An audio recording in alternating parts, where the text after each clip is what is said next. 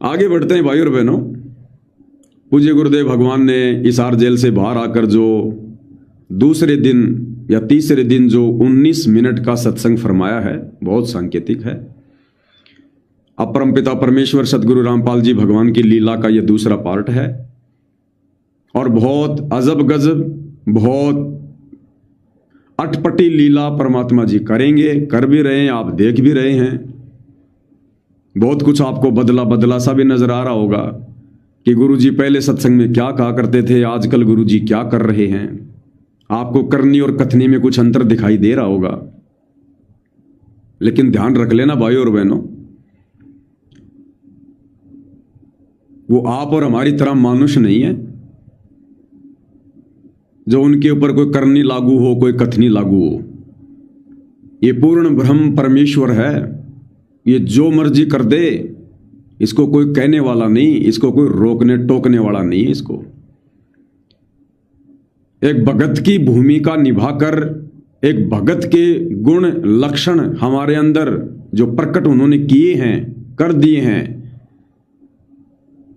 अब उनको आगे भगत बनकर रहने की आवश्यकता नहीं है, अब वे भगवान बनकर रहेंगे। अब वो भगत की भूमिका उनकी समाप्त हो चुकी है, क्योंकि जितने भगत उन्होंने तैयार करने थे सतलोक के लिए वो 30 साल में कर चुके हैं।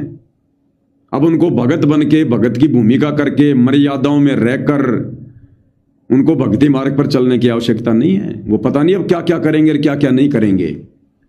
अगर हमारे समझ में आ गई ये बात और यदि हम भगत बन गए और गुरु का ज्ञान समझ में आ गया और गुरु ने हमें कह दिया कि बेटा आपने किसी प्रकार का नशा नहीं करना, ना बीड़ी, ना सिगरेट, ना तंबाकू, ना जर्दा, और गुरुजी एक साथ 5-5 सिगरेट पी रहे हैं तो पिएंगे भैया उनकी मौज। गुरु एक साथ मुंह में 10 सिगरेट पिएगा, हमें तो आनंद आना चाहिए। ये देखो गुरुजी कितने अच्छे लग रहे हैं, जय बंदी छोड़ की, मजा आ रहा है परमेश्वर की लीला देख के, क्योंकि आप उनको भगवान मान चुके हैं। और भाई भगवान पे कोई सिगरेट असर नहीं करती, भगवान पे नशा असर नहीं करता। भगवान का शरीर 5 तत्व का नहीं है जो भगवान के फेफड़े खराब हो जाएंगे।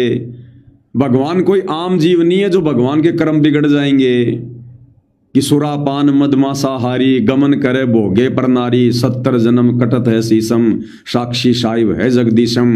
ये वाणी सतगुरु रामपाल जी पे लागू नहीं है। वे चाहे जो मर्जी करें, कुछ भी करें, वो खुद अब विधान बनाने वाले और खुद ही अब वो विधान तोड़ने वाले। कौन बोल देगा?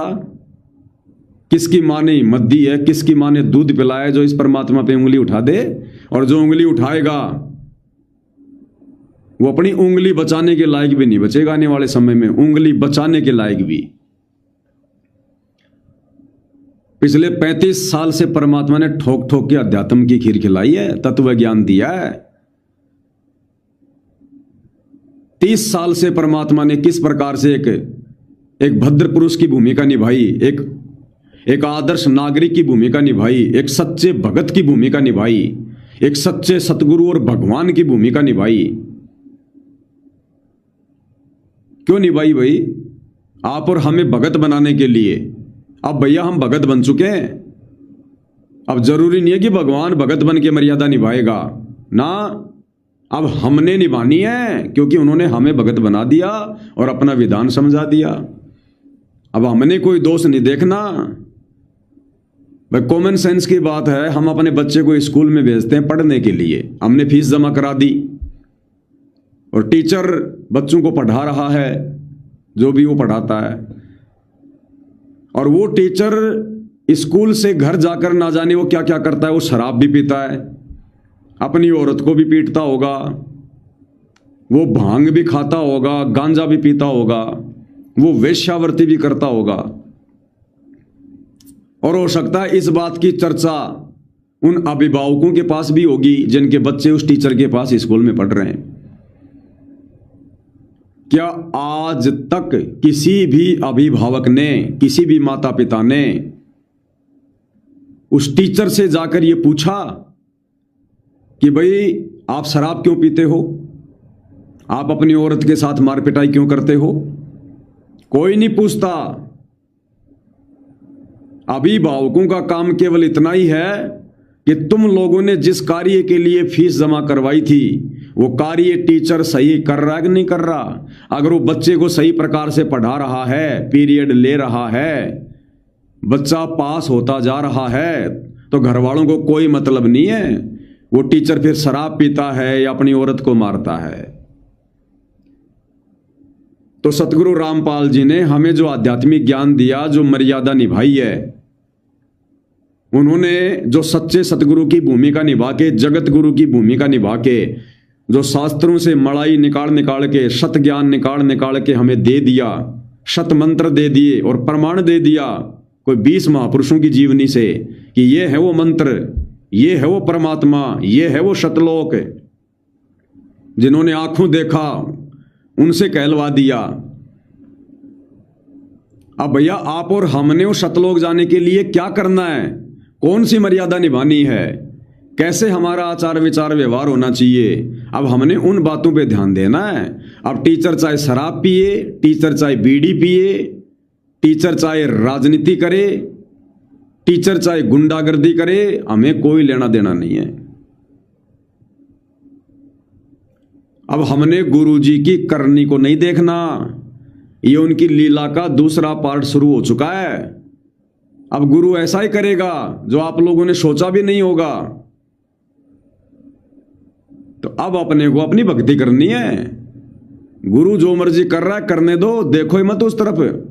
देखना पड़ जाए तो आनंद लो, आनंद।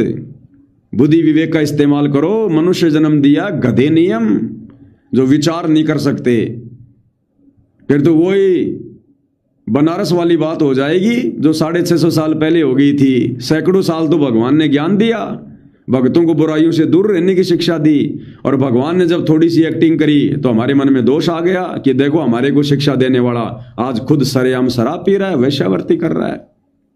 तो उतनी बुद्धि है क्या आज भी? अरे कलयुग की पिछली पीढ़ी है, तत्व ज्ञान दिया भगवान ने। गुरु की करनी और कथनी में से हमने गुरु की कथनी के ऊपर चलना है। कथनी यानी गुरु जी ने जो कथ दिया, जो ज्ञान दे दिया, जो सत्संग कर दिए।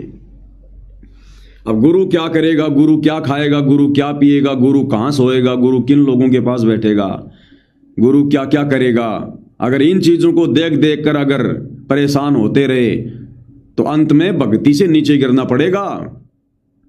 नहीं जा पाओगे सतलोक किसी भी सूरत में। गुरु ने जो होमवर्क दे दिया ना, गुरु ने जो होमवर्क दे दिया उसको कंप्लीट करो। गुरु आगे क्या कर रहा है करने दो। तो भाई और बहनों, ये अग्नि परीक्षा है और लगातार परमात्मा जी संदेश दिलवा रहे हैं। ये भी आप भाई बहनों के ऊपर एक बहुत बड़ा रहम समझ लेना कि हिसार जेल से बाहर आने के बाद भी परमात्मा हमारे जैसे तुच्छ बुद्धि जीवों को अभी भी सेवा दे के रखे हुए हैं।